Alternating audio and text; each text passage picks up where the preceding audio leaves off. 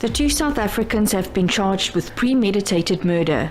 They were arrested in Uniondale on Sunday, a few hours after the shooting, tracked down through CCTV footage and assistance from other crime prevention agencies. On the morning of Sunday, November 3rd, 2024, chaos erupted at a busy mall in George, Western Cape. Mark Lifman, the notorious gang boss of South Africa, was spotted unaccompanied by his usual number of bodyguards, a grave mistake for someone like him. Surrounded by power, wealth, and enemies, Mark Lifman's empire wasn't built in a day.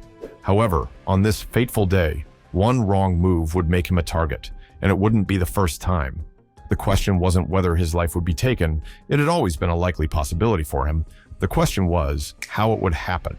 What transpired that day would change everything, with Lifman unaware that danger was drawing near. As he was getting out of his car in the mall's parking lot, his killers had been watching his every move. How, or from whom, they obtained the information about his exact location and his being unaccompanied, nobody knew. It clearly was the right time, the right place, and the right scenario for the killing of a gang boss, as Lifman had no idea that he would be gunned down in the middle of the parking lot. It all happened in a flash. In just a few seconds, he found himself stepping out of his car when the bullets came swarming in and the cold, hard concrete was offering itself to him. The gunfire came from a white van just a few meters away, where the men behind the wheel sat like cowards. Without any time to react, all he could do was cry in pain and utter his last word as he was bleeding to death. After the hail of bullets, his assailants fled the scene. Distress calls flooded into the South African police, reporting a shocking and violent shooting. The atmosphere that morning, once filled with joy, shattered instantly. Lifman was losing time and a lot of blood, and it had already been too late when the police arrived. Upon responding to the incident, police found the lifeless body of the 57-year-old gang boss lying stone cold in the mall's parking lot. Strangely enough, everything was withheld from the public in the days following his untimely death. It was later revealed that a witness had accurately described the situation to the police. A white man in his 50s, seated in his car in the parking lot, was shot by two individuals who immediately fled the scene. Mark Lifman didn't exactly grow up in luxury. Growing up in Cape Town, he figured out pretty quickly that power isn't just handed out. You have to take it for yourself, and nobody was going to give him that. He had to fight his way to the top using a mix of violence, money, and most of all, power. In his younger days, he made some choices that not many would be proud of. Friendships fell apart, trust was shattered, and as he rose through the ranks, the risks grew bigger. Death after death after death. That's what most of his life was like. But there was this one day that changed everything for him and for the rest of Cape Town. Lifman's journey as an entrepreneur kicked off at Cape Town Boys High School, and after that, he completed his mandatory military service. He quickly made a name for himself in the local underground scene thanks to his sharp business sense. Lifman didn't just dive into tricky business deals, he also built up a huge real estate portfolio. Reports say he owned over 70 properties in Cape Town, including a hotel. Plus, he got involved in charity work, helping out NGOs and those in need. But behind this charitable facade, there was a darker side to his story. Mark Lifman built a pretty massive business that involved property development, clothing imports, horse racing, nightclubs, taxi services, and security companies. While he was doing really well, his ventures stirred up a lot of drama. He faced accusations of extortion and was rumored to have ties to gangs, with people suggesting that he and his crew had a stronghold on the security scene in Cape Town's nightlife. Lifman was exactly the kind of guy who had big dreams and didn't hold them back. He got into horse racing, breeding some really sought-after racehorses, which brought him a ton of money but also dragged him deeper into shady dealings. Rumors started flying about his connections to some sketchy organizations. Not stopping there, he teamed up with notorious guys like Jerome Bouyin for property development and even got involved in the strip club scene with Yuri, a Russian known for his ties to the underworld. Now, the 2000s were a different story for Lifman or any other gang boss in Cape Town. The protection service industry was at its peak, and so were the murder accusations against him.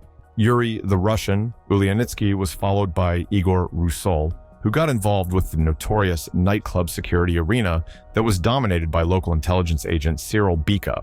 Apparently, Rusol subsequently worked for Lifman.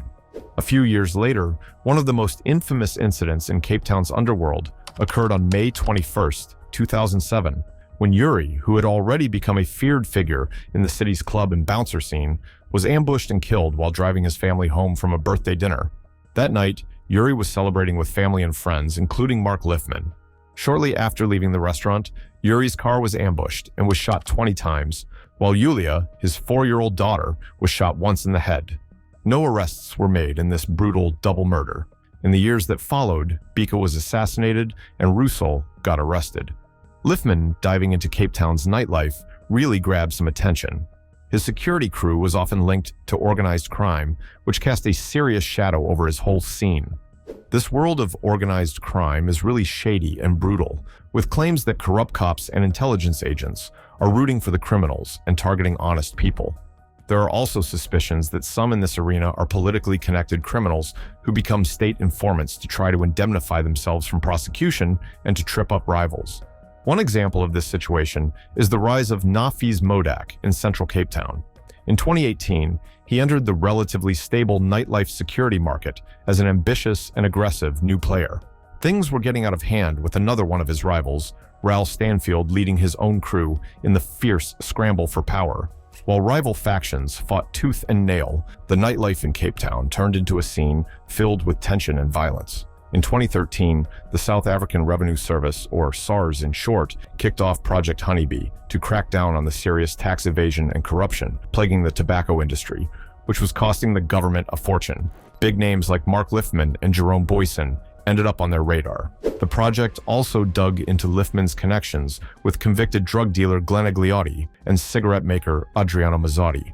Fast forward to 2019, and SARS hit Lifman with a hefty tax bill of 388 million rand, which he challenged, saying he was only worth around 100 million rand at that time.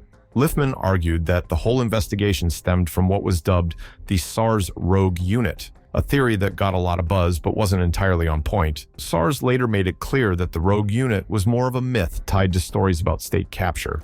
Modak and his associates were suspected of having ties to powerful criminal gangs. He was known for being ruthless and had prior experience in the nightclub bouncer business.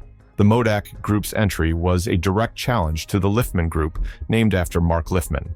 Modak sought to gain control of nightlife security in central Cape Town through a hostile takeover of many security contracts previously associated with the Lifman group. He brought up new, much rougher, and unconventional methods to achieve this.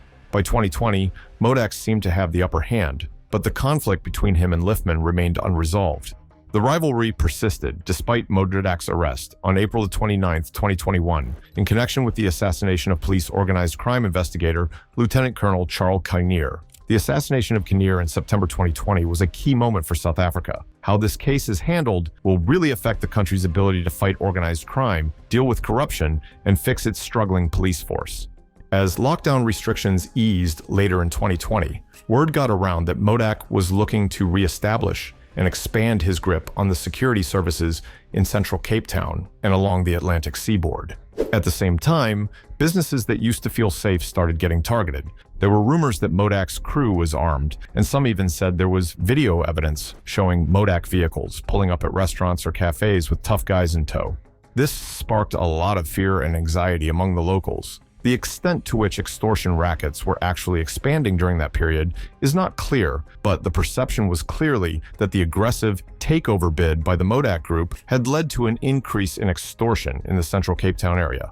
The conflict between the Modak and Lifman factions contributed to the rise of extortion during the latter part of 2020, but the effects of the COVID-19 lockdowns and curfews were also crucial. The pandemic resulted in a near-total collapse of income for businesses that provide food and alcohol during the 5-month period from March to August 2020. This decrease occurred once more starting in late December 2020. Furthermore, criminal organizations that relied on extortion payments also saw a notable decline in their revenues during this time. In February 2022, Lifman was still dealing with money troubles and asked the Cape Town High Court to stop SARS from shutting down his property business. On another front, Brian Weinstein found himself in a crazy fight for control that quickly turned dangerous. The prosecution paints a pretty wild picture of fierce competition over lucrative property deals between Weinstein and Lifman that spiraled into a dark conspiracy. Weinstein, a major figure in the illegal pharmaceutical industry, sourced raw materials from nations such as Turkey, Greece, and China. to manufacture powerful steroids in South Africa. His products were in high demand, leading to considerable profits and estimating his empire's value between 40 and 50 million rands. As conflicts escalated between Weinstein and Lifman over a business disagreement, their rivalry evolved into a dark vendetta. Clearly, death was looming for both of them no sooner than the other. Claims surfaced that Lifman, fueled by jealousy, conspired to eliminate Weinstein. What started as a competitive rivalry spiraled into a lethal plot, driving both individuals further into the depths of the criminal underworld. To top it off, Lifman filed a significant lawsuit against Randolph Jorberg, a previous owner of Beer House, seeking an astonishing 1 million rand. Jorberg had made explosive accusations in media interviews depicting Lifman as a criminal mastermind. Jorberg spoke to the media, stating that his restaurant and several others on Long Street had been severely impacted by extortionists working for Lifman, allegedly demanding protection fees. He mentioned that a man approached him with a proposal for these fees, which Jorberg initially refused to pay. However, he reconsidered and agreed to the payment a few days after an employee was murdered in June 2015. CCTV footage reveals that 9 men entered Beer House and intimidated one of the guests, causing a significant disturbance. As they were leaving the establishment, they pushed 32-year-old bouncer Joe Kenyona, who protested against their actions. The altercation escalated, resulting in Joe being fatally stabbed in the neck. In letters written by Lifman's attorneys, they slammed Jorberg's comments where he admits that he had no direct evidence linking Lifman to the murder. Lifman's legal teams also highlighted a series of social media posts saying it was defamatory and called on him to issue a public apology before September 4th.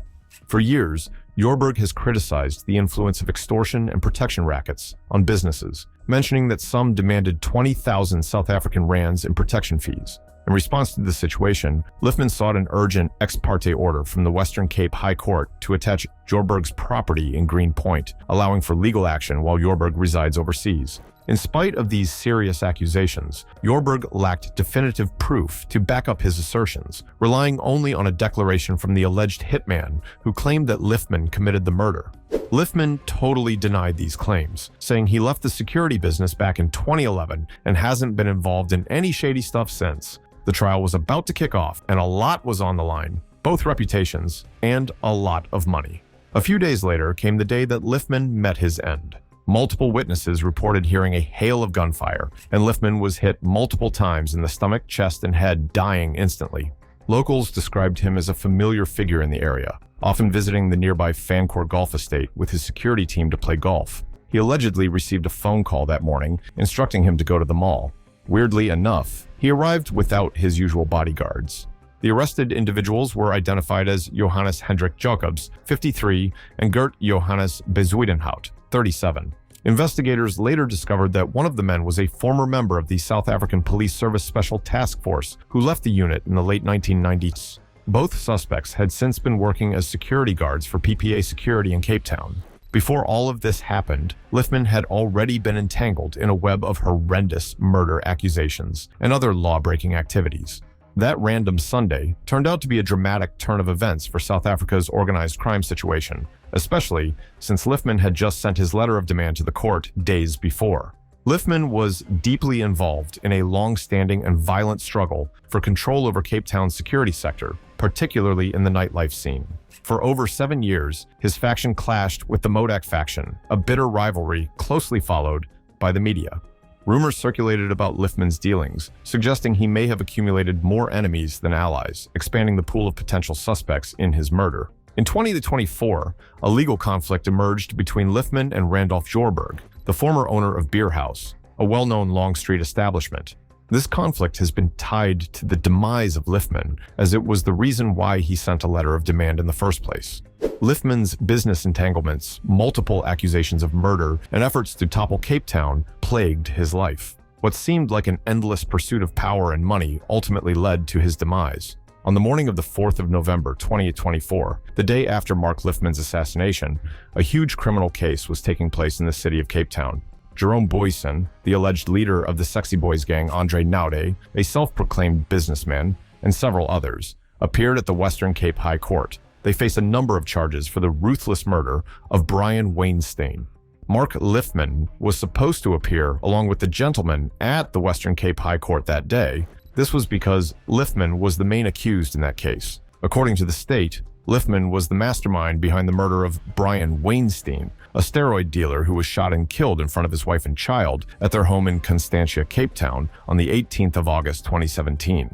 Lifman was facing 9 charges at the Western Cape High Court, which include murder, conspiracy to commit murder, as well as contraventions of the Prevention of Organized Crime. Before his death, he was arrested on the 22nd of December 2020 after he handed himself over to Cape Town police after a warrant of arrest was issued for him. At the time of his death, he was out on bail during the Weinstein murder trial. On the 4th of November, the state announced that they will continue with the prosecution of Jerome Boyson and the rest of the remaining accused. The state further said that they will not stop prosecution or withdraw charges against any of the remaining accused. Boyson also contends that he owes his entire career to Mark Lifman, asserting that Lifman was the one who elevated him from a security guard to a figure of power in Cape Town. Lifman denied any PPA involvement in his murder, emphasizing that Lifman had no role in establishing or running the company. He insisted that the company is entirely unconnected to the slain businessman. Naughty's lawyer, advocate Amanda Nell, handed the court a medical certificate saying that due to ill health, her client was not fit to appear in court, further delaying the process. The 2 suspects, Johannes Jacobs and Gert Bezuidenhout, were apprehended soon after Lifman's shooting. They made a brief appearance in the George Magistrates Court 2 days after the shooting. According to reports, at least one of the alleged gunmen was familiar with Lifman and might have been employed by the same security company that Lifman had helped establish some time ago. Lifman's previous lawyer, renowned criminal attorney William Booth, expressed astonishment regarding the circumstances of Lifman's passing, especially since he was alone at the time of his murder. Although no longer representing him, Booth remembered Lifman as a multifaceted individual, a skilled entrepreneur with a polished demeanor and a knack for spotting opportunities, yet one who gravitated towards risky circles. Booth once inquired of Lifman why he couldn't be satisfied with simply being a successful Jewish businessman.